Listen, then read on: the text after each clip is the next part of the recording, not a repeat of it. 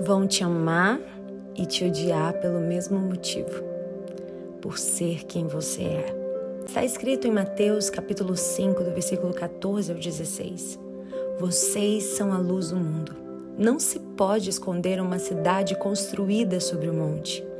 E também, ninguém acende uma candeia e a coloca debaixo de uma vasilha. Pelo contrário, coloca-a no lugar apropriado. E assim ilumina todos os que estão na casa. Assim brilha a luz de vocês diante dos homens, para que vejam as suas boas obras e glorifiquem ao Pai de vocês que estás nos céus.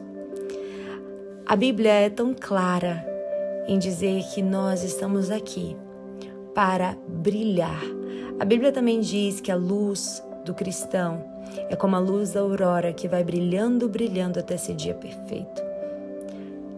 Não pode se esconder uma cidade construída sobre um monte.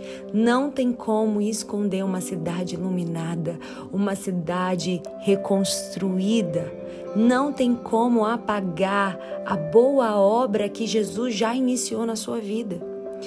E em Mateus, capítulo 3, a partir do versículo 24, Jesus nos conta uma parábola, dizendo que o reino dos céus é como um homem que semeou boa semente em seu campo. Mas enquanto todos dormiam, veio o seu inimigo e semeou o joio no meio do trigo e se foi. Quando o trigo brotou e formou espigas, o joio também apareceu. Os servos do dono do campo dirigiram-se a ele e disseram: "O Senhor não semeou boa semente em seu campo? Então de onde veio o joio?" E ele respondeu: "O inimigo fez isso." Os servos lhe perguntaram: "O Senhor quer que o tiremos?" Ele respondeu: "Não, porque ao tirar o joio, vocês poderiam arrancar com ele o trigo. Deixem que cresçam juntos até a colheita. Então direi aos encarregados da colheita: juntem primeiro o joio e amarrem-no em feixes para ser queimado, e depois juntem o trigo e guardem-no no meu celeiro." Uma pessoa trabalhou muito para ter um campo de trigo. E a gente sabe que quando a gente trabalha muito, a gente acha que merece o resultado daquele trabalho. Mas esse é um grande erro. E aquele homem foi e preparou o campo do trigo da melhor forma que poderia. Ele foi descansar.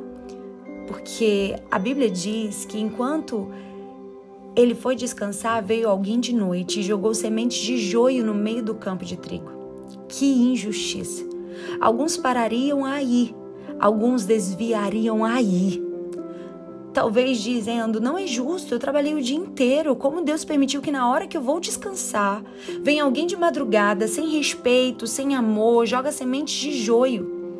Não dá a impressão de que Deus não guardou a gente? De que Deus não honrou o nosso trabalho?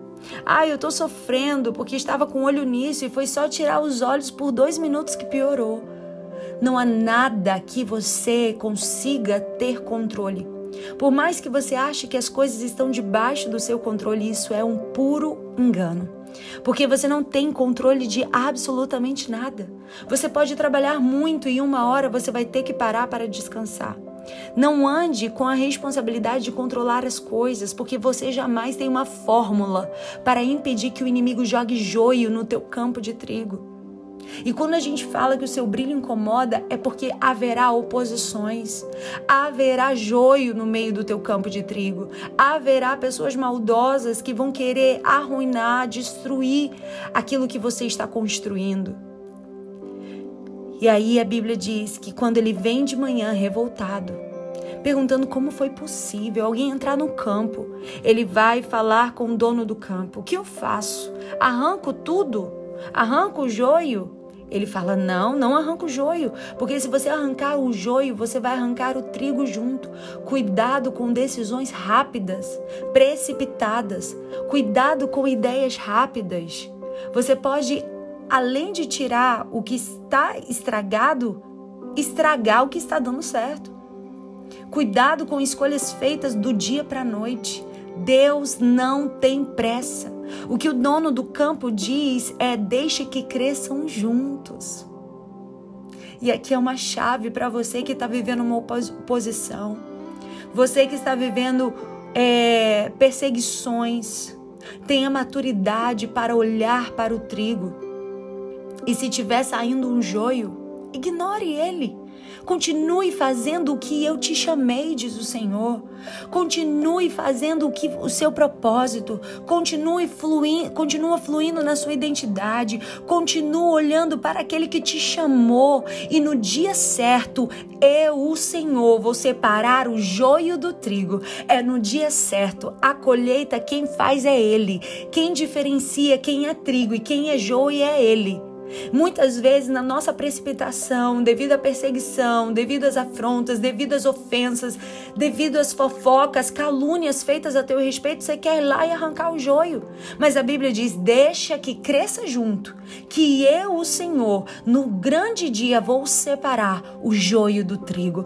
Deixa que o Senhor cuida, se responsabiliza para te defender. Ele se responsabiliza para distinguir aqueles que são e aqueles que não são.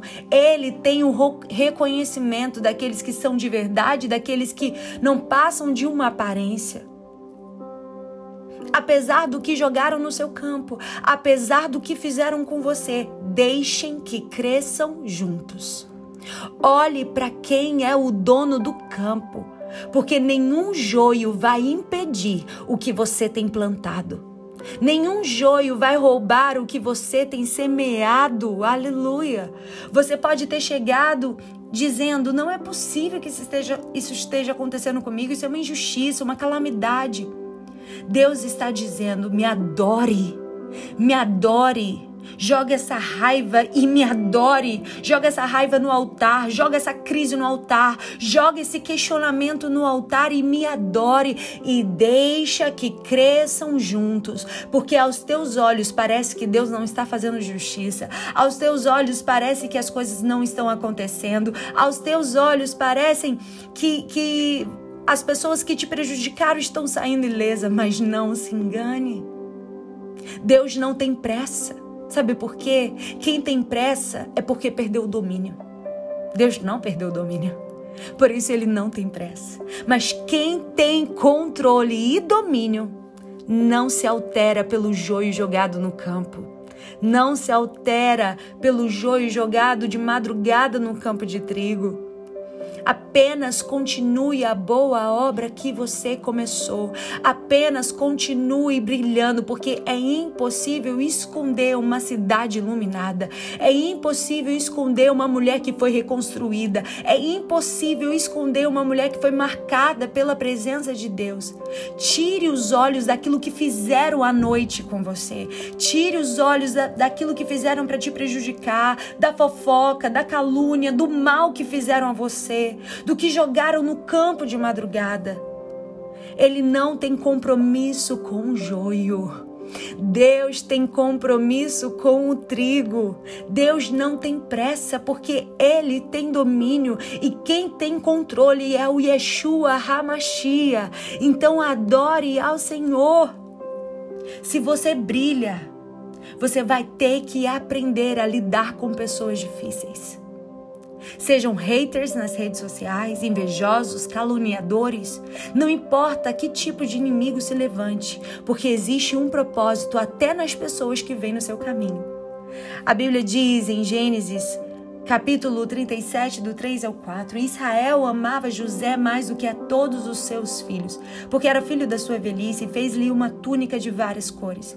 Vendo, pois, seus irmãos que seu pai o amava mais do que todos, eles odiaram-no e não podiam falar com ele pacificamente. E aí eu te pergunto, Israel teve mais algum filho na sua velhice? Teve, e Benjamim. Então a questão era que Jacó amava José, ele tinha afinidade diferente com ele. José tinha um estilo de vida que se apegava mais a ele.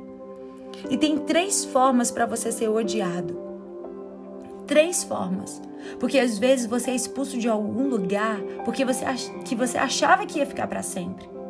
Porque você perde amizades que você acreditava que ia durar para sempre. Porque o ser humano odeia comparação. E quando você começa a se comparar, os irmãos de José começaram a se comparar, isso começaram a fazer mal a ele. Os irmãos de José começaram a fazer essa comparação.